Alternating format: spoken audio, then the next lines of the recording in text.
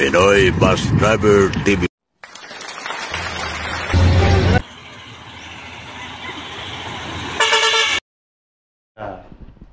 Mga puset, magandang gabi. Gaano kadami dito? Merkulis na gabi, alas 7:30. Kaya tayo sa booking office ng Riga sa Pilpangko, sa Mihan. Saan mo ba nabibili? Kasama natin si Iskandor, at saka si Aldemer Pugsitay, at si Migo Pugsit. Saan mo ba nabibili yung ganito? Hindi tayo, Mercury sa or booking. mga drugstore? Yung dalawa na yan, nag-oatmeal lang ako kasi nga ito si Migo. Hindi na siya basta-basta matunawan. Ito naman, ang isa, hindi rin basta-basta makakain dahil tinaniman ng ngipin. Pugsit natin. Bagong tanim. Bakutan. Sabihin mo dyan na ang yung isang itinanim dito, Sure ka mo na mo. Ikaw na mo paliwanag dyan. Ito mo yan. Saka, awang nagano Migo Pugsit, nag-editin ako ng video. Kaya matagal na to. Kailangan matapos to kasi nga mahaba ito. asukal. Ngayon, Ha? Bakit? Walang asukal? Tamis na yan. Hindi lang nag-asukal yan sa gatas. Tikman mo kung anong lasa. Wala lang yung puti.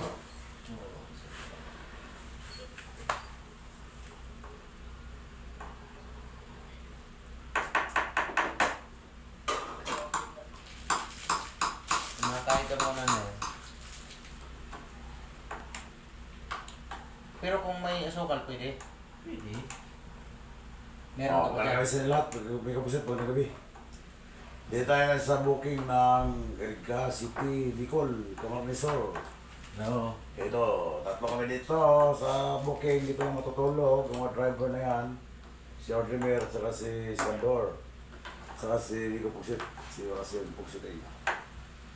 Ayan, booking office. Kasi nga, dito tayo matutulog. Stranded tayo dito. Oo, nag-oatmeal sila. Pugsit ay kay... Ang isa, mahirapan kumain kasi bahutan na yung ngipin. Bago. Dito sa Erga. Kasi naman, di natunawan. Ito naman isa, hindi natutunawan dahil. Yan. Kaya nga, tuturuan ko sila sa gagawin na papalinis sa bitoka. Yan. Pugsit tayo. Asukal? Wala. Wala ko sa... Para naman pugsit. Naubos na. Naglagay. Explica. Diyan tayo ngayon. Shooting. Uy, hindi makita. Yan, makita. Anong pangalan nitong binibili mo? Wala na yung balot. Eh, sabi mo na oatmeal. Sa Mercury? Ay, kita mo Magkano gabi, Migo Pugsit. Habang nag-edit ako ng video naman, no? Hindi ko pa to. Hindi ka kailangan makatapos ko ngayon. O, tatlo lang kami dito.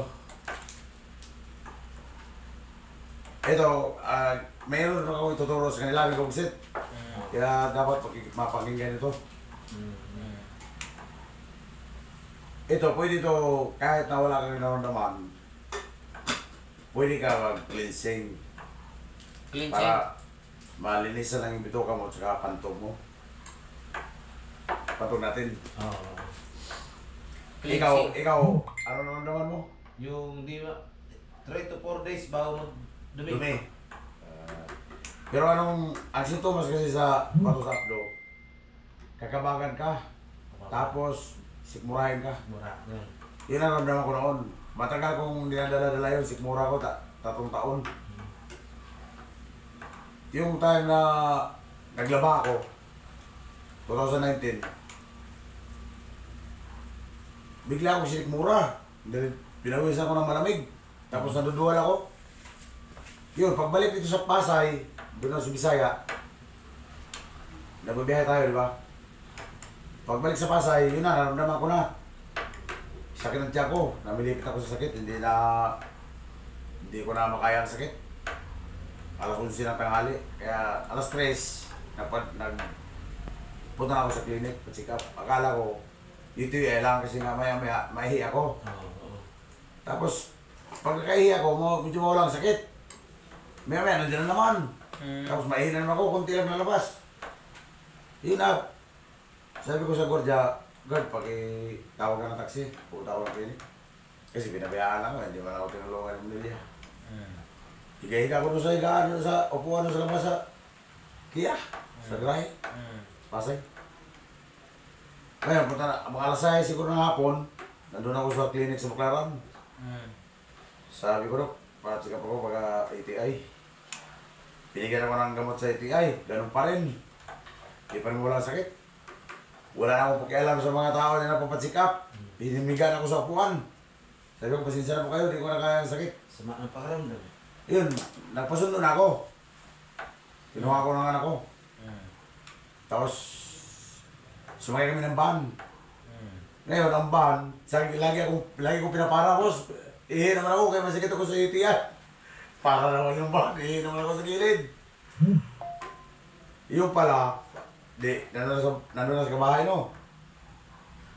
Alas 9 ng gabi, nagpadala tayo sa ospital. Hindi na kaya talaga. Sakit. Tapos yun, ultrasound ako. Inano ko ng alas 11 ng gabi na. Ultrasound ako, ultrasound. Bato sa abdo pala.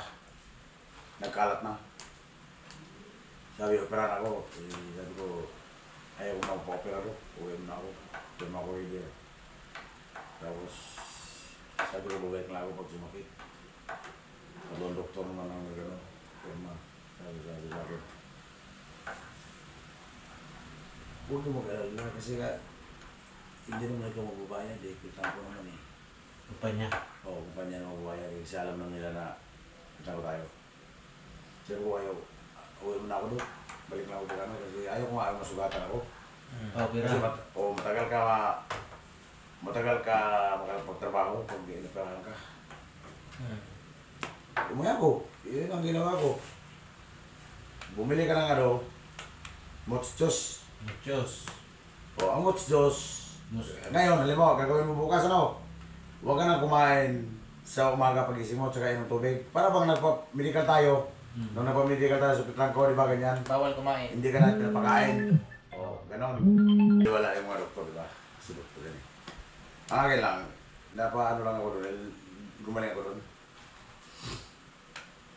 Motsjos, di ba, bukas ng umaga alas 6, huwag kang mag-inom ng kahit tubig. Di ba, parang medical. Bili ka ng Motsjos, meron yan sa Mercury minsan eh.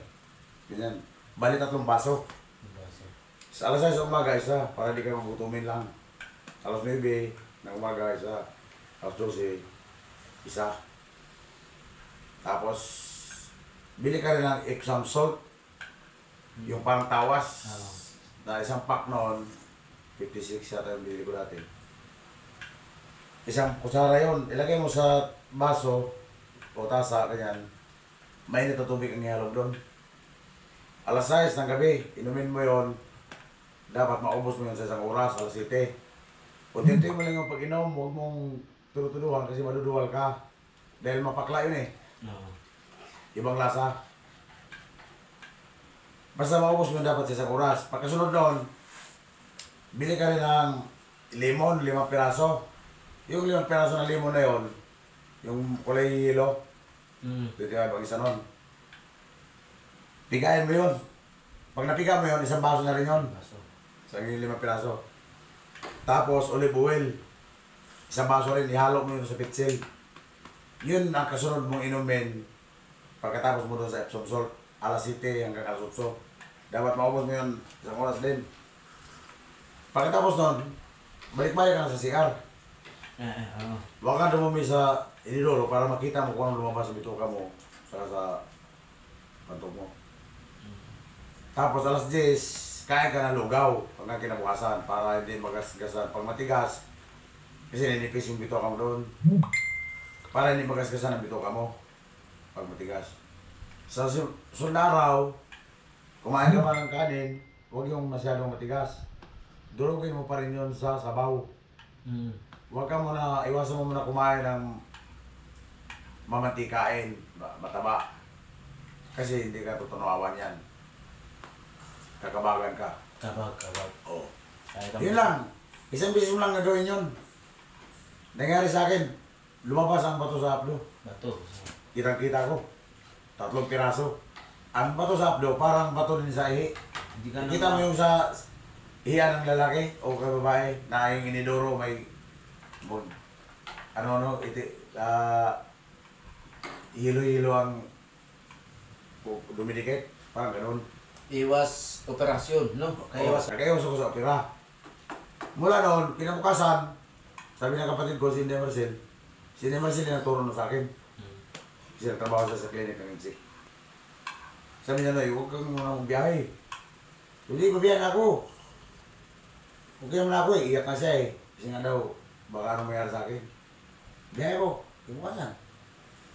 Pero kakain ako, sa bliss stop natin, yun nga yung dinodurog na kanin, tapos sabaw. Lalambot na. Oo. Tapos ngayon, pagdating sa masin, nagtagay sila si Cortel. Jin. Hindi, tinatagay ako, sinubukan ko. Kasi wala mo naman sa tiyan ko, wala masakit eh. Wala sakit yun. Pag ginawa mo yun, wala sakit, hindi ka makaroon ng sakit ng tiyan. Kasi babalik-balik ka lang sa CR, pwede 3 yata na business na balik-balik ako sa CR. Putang. Oo, dinimdiman ko muna yung din. Kung pagluno ko may maramdaman akong sakit sa tiyan, wala man. Tinuloy-tuloy. Hanggang sa sige na inom hanggang ngayon. Doon lumubuot siyan ko. Kunti lang kinakain ko, pero bakit mataba ako? Dahil sa... Hindi ko alam. Wala na akong naramdaman na sakit sa tiyan. 2019 yun nangyari. Tapos may lumabas na yung parang ang laman na yung parang balat sa bituka natin sa loob. Dinurog-durog ko yun. Ganito kalaki oh. Ganito. Butil na mais. Ganito kalaki. No. Ganito kalaki. Dinurog ko yun, hindi madurog. Kasi yung pala yung parang balat sa bituka natin sa loob.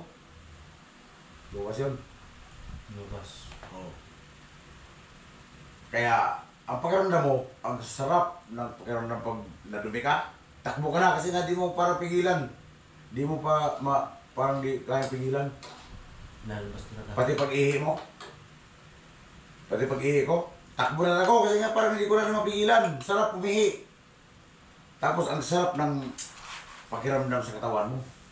Di ba pag nagpigil tayo ng ihi, parang pigil din ang mga bugat natin. Parang buhay na buhay yan. Yung ugat mo. Na ginawa ko yun. Parang walang pigil ba? Gusto ko nga ulitin naman ngayon eh. Kasi nakalipas ng ilang taon na. Huwag mo na laging gawin yun. Kasi ninipis ang bituka mo doon. Kasi, gawin mo, inumin mo, Epsom salt. Tapos, yung olive, yung maasim na limon. Ninipis yun. Yan din ang tinuro ko sa asawa ng pinsan ko. Para sa abdo. Si Salas, tinuruan ko yun, kasama natin. Gusto na talaga magpapira. Ayun na siya tinuro ko. I-apply ko rin yun. Yung driver sa dating amihan, si Rosanes, partner ko, kapatid ni Ma'am Alim. Si Roy, yung nandiyan ngayon sa Elabel. Ang dala niya, 8884. Na-scan niya, ngayon. Nagpaturo din niya sa akin doon sa Marikina. Tinuruan ko. Ginawa niya yung sabi ko. Oh, okay na siya. Kasi napatsikip pa na siya pato sa abdo. Oh, napaturo sa akin. Yung tinuro ko. Sabi niya, ngayon, nakita kami. Okay na ako. Pugsit. Okay na ako. Pugsit natin. Gusto nga ulit tinanong kasi nga, para linisin naman ang bituka natin. Walang masama doon. Kasi parang cleansing yun eh. Baka na sa pakiramdam ko pusit. Kaya gusto kong ulitin naman yun para malinisan ang bituka. Ito mo, bukod sa tinutulungan ko pa ng yung biopit. Yan o, oatmeal lang Biopit. kinakain lang may kapusit to. Ito naman sa akin, te. Ano yan? Para saan yan? Para saan yan? Detox. Ito naman sa akin. Ito ang kulay niya. Gamot na yan. Gamot yan. Yung sa akin, hindi gamot yun. Hindi ito gamot. Herbal. Oo, herbal. Pampalinis sa bituka sa akin. Ito, Japan made. Magkano? Ha? Magkano? 5,000 ang isang Bote? Takamal na pati ya. Okay sa ano? Salamat sa hiling galing. Ating mga amigong pugsit dito. Pugsit ateng. Mga driver ng Petron ko yan. Kaya kung gayahin yung sinabi ko may kapugsit, pwede yun. Wala namang masama doon. Dito. Kaya nag-edit pa ako ng video. Kaya mga kapugsit. Dito sila matutulog ngayon sa garahe. Ay sa opisina. Kaya dyan yung bus nila dyan sa labas. Oh. Ito sa Iriga. Yan sa Yan ang booking pang-vlog office. mo. Oo. Yan si Isandro. Gano'n ang pagkain niya. Pugsita tayo nga. Yan. Nag-i-edit pa ako ng pugsita. Hindi pa natapos. Tingnan mo yung ano. Mahaba na video yan. Oo, bilang ano yan.